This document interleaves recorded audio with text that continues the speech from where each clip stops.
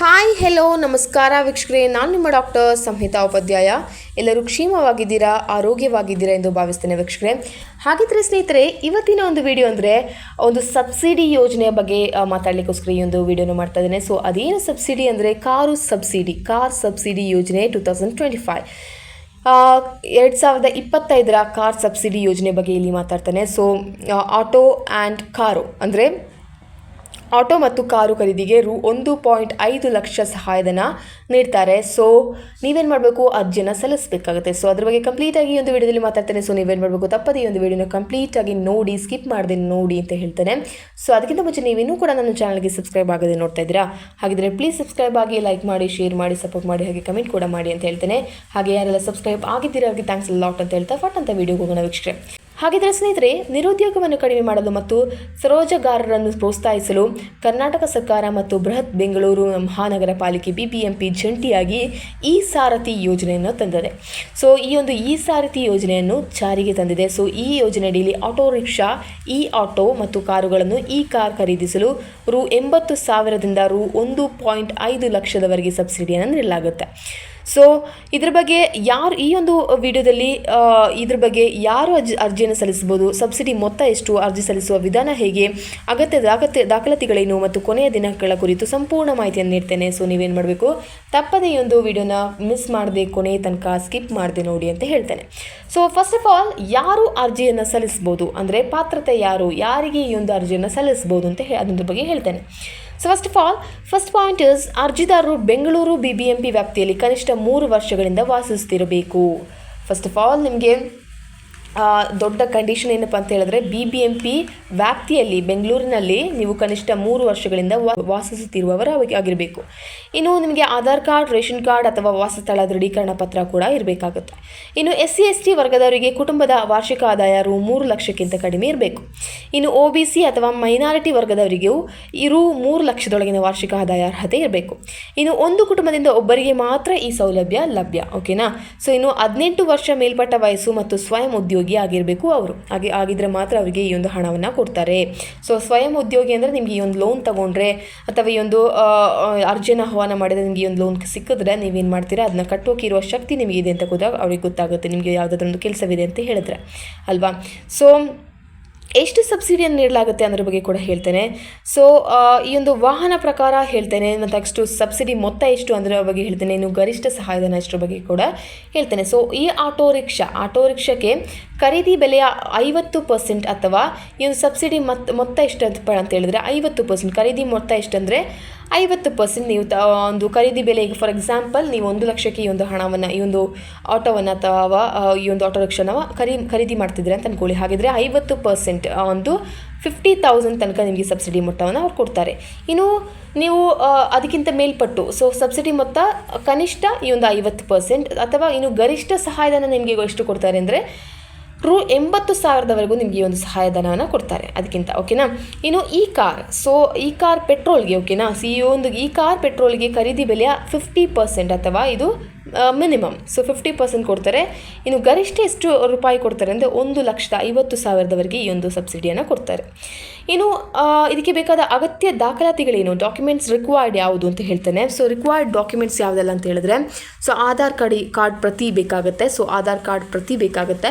ಇನ್ನು passport size photo 2 ಬೇಕಾಗುತ್ತೆ. ಇನ್ನು ಬ್ಯಾಂಕ್ ಪಾಸ್ಬುಕ್ ಅಥವಾ ಕ್ಯಾನ್ಸಲ್ಡ್ ಚೆಕ್. ಇನ್ನು ವಾಸಸ್ಥಳ ದೃಢೀಕರಣ ಅಥವಾ ಪೊಲೀಸ್ ಅಥವಾ ಗ್ರಾಮ ಪಂಚಾಯತ್ನ ಪುರಾವೆ. ಇನ್ನು ವಯಸ್ಸು ಪುರಾವೆ ಬೇಕಾಗುತ್ತೆ. SSLC ಅಥವಾ ಜನ್ಮ ಪ್ರಮಾಣ ಪತ್ರ ಬೇಕಾಗುತ್ತೆ. ಇನ್ನು ರೇಷನ್ ಕಾರ್ಡ್ ಅಥವಾ ಪಡಿತರ ಚೀಟಿ ಬೇಕಾಗುತ್ತೆ. ಇನ್ನು ವಾರ್ಷಿಕ ಆದಾಯ ಪ್ರಮಾಣ ಪತ್ರ ತಹಶೀಲ್ದಾರರಿಂದ ಬೇಕಾಗುತ್ತೆ. ಓಕೆನಾ. ಸೊ ಇದಕ್ಕೆ ಇನ್ನು ನೀವು ಖರ್ಚು ಮಾಡಬೇಕಾಗಿದೆ ಏನಪ್ಪ ಅಂತ ಹೇಳಿದ್ರೆ ₹20 ಒಂದು ಬಾಂಡ್ ಪೇಪರ್ ಕೂಡ ಬೇಕಾಗುತ್ತೆ. ಸೊ BBMP ಕಚೇರಿಯಲ್ಲಿ ಇದನ್ನು ಖರೀದಿಸ್ಬೋದು.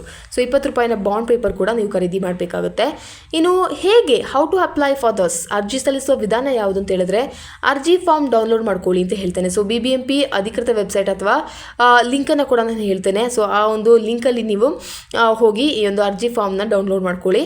ಇನ್ನು ಎಲ್ಲ ದಾಖಲಾತಿಗಳನ್ನು ಸಿದ್ಧಪಡಿಸಿ ಮತ್ತು ಪ್ರತಿಗಳನ್ನು ಅಟ್ಯಾಚ್ ಮಾಡಿ. ಸೊ ದಾಖಲಾತಿಗಳು ಏನಲ್ಲ ಅಂತ ಹೇಳಿದೆ ನಾನು, ಅದನ್ನ ಕೂಡ ಸಿದ್ಧಪಡಿಸಿ ಅಟ್ಯಾಚ್ ಮಾಡ್ಕೊಳ್ಳಿ. ಇನ್ನು BBMP ಕಲ್ಯಾಣ ವಿಭಾಗದ ಕಚೇರಿಗೆ ನಿಮ್ಮ ಪ್ರದೇಶದ ASHA ಸಹಾಯಕ ಕಂದಾಯ ಅಧಿಕಾರಿ ಅವರನ್ನು ಭೇಟಿ ನೀಡಿ. ಸೊ ದಾಖಲಾತಿಗಳನ್ನು ಪರಿಶೀಲಿಸಿ ಅರ್ಜಿಯನ್ನು ಸಲ್ಲಿಸಿ ಅಂತ ಕೂಡ ಹೇಳ್ತಾನೆ. ಸೊ ರೆಫರೆನ್ಸ್ ನಂಬರ್ ಪಡೆದುಕೊಳ್ಳಿ ಮತ್ತು ಅವರ ಒಂದು ಸ್ಥಿತಿಯನ್ನು ಟ್ರ್ಯಾಕ್ ಮಾಡ್ಕೊಳ್ಳಿ. ಓಕೆನಾ. ಸೊ ರೆಫರೆನ್ಸ್ ನಂಬರ್ನ ಕೂಡ ನೀವು ಪಡ್ಕೊಳ್ಳಿ ತಪ್ಪದೆ. ಸೊ ಕೊನೆಯ ದಿನಾಂಕ ಯಾವುದು ಅಂತ ಹೇಳಿದ್ರೆ ಇದಕ್ಕೂ ಕೂಡ 2 ಮೇ 2025 ಈ ಒಂದು ಕೊನೆಯ ದಿನಾಂಕ. ಈ ಒಂದು ಅರ್ಜಿಯನ್ನು ಸಲ್ಲಿಸಲಿಕ್ಕಿರುವ ಕೊನೆಯ ದಿನಾಂಕ 2 ಮೇ 2025. ಸೊ ಶೀಘ್ರವಾಗಿ ಅರ್ಜಿಯನ್ನು ಸಲ್ಲಿಸಿ ಅಂತ ಹೇಳ್ತೇನೆ ನಾನು. ಇನ್ನು ಪ್ರಮುಖ ಲಿಂಕ್ಗಳು ಯಾವುದು ಅಂತ ಹೇಳಿದ್ರೆ ಅರ್ಜಿ ಫಾರ್ಮ್ ಡೌನ್ಲೋಡ್ ಮಾಡ್ಕೊಳ್ಳಿ. ಸೊ BBMP ಅಧಿಕೃತ ವೆಬ್ಸೈಟ್ನಲ್ಲಿ ನೀವು ಇದನ್ನ ಡೌನ್ಲೋಡ್ ಮಾಡ್ಕೋಬೋದು. ಸೊ ಇದರೊಳಗೆ ನೀವು ನೆನಪಿನಲ್ಲಿ ಇಡಬೇಕಾದ ಅಂಶಗಳು ಯಾವುದಲ್ಲಪ್ಪ ಅಂತ ಹೇಳಿದ್ರೆ, ಸಬ್ಸಿಡಿಗೆ ಅರ್ಜಿ ಸಲ್ಲಿಸಿದ ನಂತರ 3 ರಿಂದ 6 ತಿಂಗಳೊಳಗೆ ದ್ರವ್ಯ ರೂಪದಲ್ಲಿ ನೇರ ಬ್ಯಾಂಕ್ ಖಾತೆಗೆ ಹಣ ಬರುತ್ತೆ. ಸೊ ಹಳೆಯ ವಾಹನಗಳು ಅರ್ಹವಾಗುವುದಿಲ್ಲ, ಯಾವುದೇ ರೀತಿಯಲ್ಲಿ ಹಳೆಯ ವಾಹನಗಳು ಅರ್ಹವಾಗುವುದಿಲ್ಲ. ಹೊಸದನ್ನು ಮಾತ್ರ ಖರೀದಿಸಬೇಕಾದ್ರೆ ನಿಮಗೆ ಈ ಒಂದು ಹಣ ಸಿಗುತ್ತೆ. ಓಕೆನಾ. ಸೊ ನೆನಪಿನಲ್ಲಿ ಇಟ್ಕೊಳ್ಳಿ. ಮತ್ತೆ ಒತ್ತಿ ಹೇಳ್ತೇನೆ. ಸೊ ಹಳೆಯ ವಾಹನವನ್ನು ನೀವು ಸೆಕೆಂಡ್ ಹ್ಯಾಂಡ್ ವಾಹನಗಳನ್ನು ನೀವು ಖರೀದಿಸುತ್ತಿದ್ದೀರಾ ಅಂದರೆ ನಿಮಗೆ ಈ ಒಂದು ಹಣ ಸಿಗುವುದಿಲ್ಲ. ನೀವು ಹೊಸ ವಾಹನಗಳನ್ನು ಖರೀದಿಸುತ್ತಿದ್ದೀರಾ ಅಂತ ಹೇಳಿದ್ರೆ ಮಾತ್ರ ನಿಮಗೆ ಒಂದು ಹಣ ಬರುತ್ತೆ. ಇನ್ನು ಟ್ಯಾಕ್ಸಿ ರೈಡ್ ಶೇರಿಂಗ್ ಪರವಾನಗಿ ಪಡೆಯಲು RTO ನಿಯಮಗಳನ್ನು ಪಾಲಿಸಲೇಬೇಕಾಗುತ್ತೆ ನೀವು. ಇನ್ನು ನೀವು SC ST OBC ACPF BPL card ಹೊಂದಿದರೆ ಈ ಸಬ್ಸಿಡಿಯಿಂದ ಪ್ರಯೋಜನ ಪಡೆಯಲು ವಿಳಂಬ ಮಾಡಬೇಡಿ. ಸೀಮಿತ ಸ್ಥಳಗಳಿಗೆ ಮಾತ್ರ ಇದು ಲಭ್ಯವಿದೆ. ಓಕೆನಾ. ಸೊ ಇನ್ನು ಸಹಾಯಕ್ಕಾಗಿ ಎಲ್ಲಾದರೂ ನಾವು ಹೇಗೆ ಕೇಳ್ಕೊಳ್ಳೋದು ಅದ್ರ ಬಗ್ಗೆ ನಿಮಗೆ ಡೌಟ್ ಇದ್ದರೆ ನಿಮಗೆ BBMP ಹೆಲ್ಪ್ಲೈನಲ್ಲಿ ಕೂಡ ಕೇಳ್ಕೊಬೋದು. ಅದರ ನಂಬರ್ನ ನಾನು ಮೊನ್ನೆ ಈಗಷ್ಟೇ ಮಾಡಿದ ವಿಡಿಯೋದಲ್ಲಿ ನಾನು ಕಳಿಸಿದ್ದೆ. ಸೊ 08022660000 ಅಥವಾ ನಿಮ್ಮ ಸ್ಥಳೀಯ ವಾರ್ಡ್ ಕಚೇರಿಯನ್ನು ಸಂಪರ್ಕಿಸಿ ನೀವು ಇದ್ರ ಬಗ್ಗೆ ಇನ್ನೂ ನಿಮಗೆ ಇದ್ರ ಬಗ್ಗೆ ಏನಾದರೂ ಡೌಟ್ ಇದ್ದರೆ ಅದ್ರ ಬಗ್ಗೆ ಕೂಡ ನಿಮಗೆ ಕೇಳ್ಕೊಬೋದು ಅಂತಲೇ ಹೇಳ್ತೇನೆ ವೀಕ್ಷಕರೇ. ಸೊ ಸಹಾಯಕ್ಕಾಗಿ ಮತ್ತೊಮ್ಮೆ ಹೇಳ್ತೇನೆ, 08022660000ಗೆ ಕಾಲ್ ಮಾಡಿ ನಿಮಗೆ ಇದ್ರ ಬಗ್ಗೆ ತಿಳ್ಕೊಬೋದು ಅಂತ ಹೇಳ್ತೇನೆ. ಸೊ ಈ ಒಂದು ವಿಡಿಯೋ ನಿಮಗೆ ತುಂಬಾ ಹೆಲ್ಪ್ಫುಲ್ ಆಗಿದೆ ಅಂತ ಅಂದ್ಕೊಳ್ತಾ ಇದ್ದೇನೆ ವೀಕ್ಷಕರೇ. ಸೊ ಇದ್ರ ಬಗ್ಗೆ ನಿಮಗೆ ಯಾರೆಲ್ಲ ವಾಹನಗಳನ್ನ ಖರೀದಿ ಮಾಡಬೇಕು, ಹಾಗೆ ನಮ್ಮ ಒಂದು ಕನಸನ್ನು ನನಸು ಮಾಡಬೇಕು ಅಂತ ಇದ್ದೀರೋ ಅವರಿಗೆ ಇದು ಒಂದು ಒಳ್ಳೆಯ ಸದಾವಕಾಶ ಅಂತ ಹೇಳ್ತೇನೆ. ಸೊ ಬೇಗನೆ ಹೋಗಿ ಈ ಒಂದು ಸಬ್ಸಿಡಿಗೆ ಅರ್ಜಿ ಆಹ್ವಾನ ಹಾಕಿ ಹಾಗೆ ನಿಮ್ಮ ಒಂದು ಕನಸನ್ನು ನನಸು ಮಾಡ್ಕೊಳ್ಳಿ, ನಿಮ್ಮ ಒಂದು ಕನಸಿನ ಗಾಡಿಯನ್ನು ಖರೀದಿಸಿ ಅಂತ ಹೇಳ್ತೇನೆ. ಹಾಗೆ ನೆನಪಿನಲ್ಲಿ ಇಟ್ಕೊಳ್ಳಿ, ಹೊಸ ಗಾಡಿ ಖರೀದಿಸುವವರಿಗೆ ಮಾತ್ರ ಈ ಒಂದು ಸಬ್ಸಿಡಿ ದೊರಕಲಿದೆ. ಹಾಗೆ ನೀವು ಹಳೆಯ ಸೆಕೆಂಡ್ ಹ್ಯಾಂಡ್ ವಾಹನಗಳನ್ನು ನೀವು ಖರೀದಿ ಮಾಡ್ತೀರಾ ಅಂದರೆ ನಿಮಗೆ ಈ ಒಂದು ಸಬ್ಸಿಡಿ ಸಿಗುವುದಿಲ್ಲ, ನೆನಪಿನಲ್ಲಿ ಇಟ್ಕೊಳ್ಳಿ. ಓಕೆನಾ. ಸೊ இந்த ವಿಡಿಯೋ ನಿಮಗೆ ತುಂಬಾ ಹೆಲ್ಪ್ಫುಲ್ ಆಗಿದೆ ಅಂತ ಅಂದ್ಕೊಳ್ತಾ ಇದ್ದೀನಿ. ಇದಕ್ಕೆ ಇನ್ನೂ ನಿಮಗೆ ಇದ್ರ ಬಗ್ಗೆ ಏನಾದರೂ ಡೌಟ್ ಇದೆ ನನಗೆ ನನ್ನ ಒಂದು ಕಮೆಂಟ್ ಸೆಕ್ಷನಲ್ಲಿ ಕಮೆಂಟ್ ಮಾಡಿ ತಿಳಿಸಿ ಅಂತ ಹೇಳ್ತೇನೆ.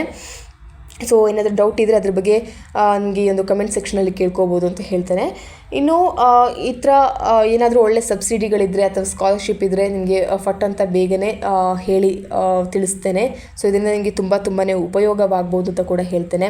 ಸೊ ಯಾರಿಗಾದರೂ ಇದ್ರ ಬಗ್ಗೆ ಡೌಟ್ ಇದ್ದರೆ ಖಂಡಿತವಾಗೂ ನಿಮಗೆ ಮೆಸೇಜ್ ಮಾಡಿ ನನ್ನ ಕಾಮೆಂಟ್ ಸೆಕ್ಷನಲ್ಲಿ ತಿಳಿಸ್ಬೋದು ಅಂತ ಹೇಳ್ತಾ ಈ ಒಂದು ವಿಡಿಯೋದಲ್ಲಿ ಸ್ಟಾಪ್ ಮಾಡ್ತೇನೆ ವೀಕ್ಷಕರೇ. Until then see you, it's me doctor Samhita Upadhyay. ಧನ್ಯವಾದಗಳು. Thank you.